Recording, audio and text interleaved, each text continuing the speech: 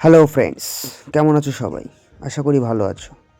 তো আজকে একটা কার্ভ ডিসপ্লেতে কাস্টমারের কথা হচ্ছে ইউভি গ্লাস আমি লাগাবো না, তার পরিপ্রেক্ষিতে যেটার বিকল্প পদ্ধতি যেটা হয় সেটা আমি করব।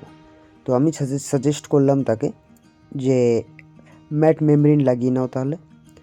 তো উনি বললেন আচ্ছা ঠিক আছে তাহলে লাগিয়ে দাও। তো লাগাবো যখন তখন দেখলাম যে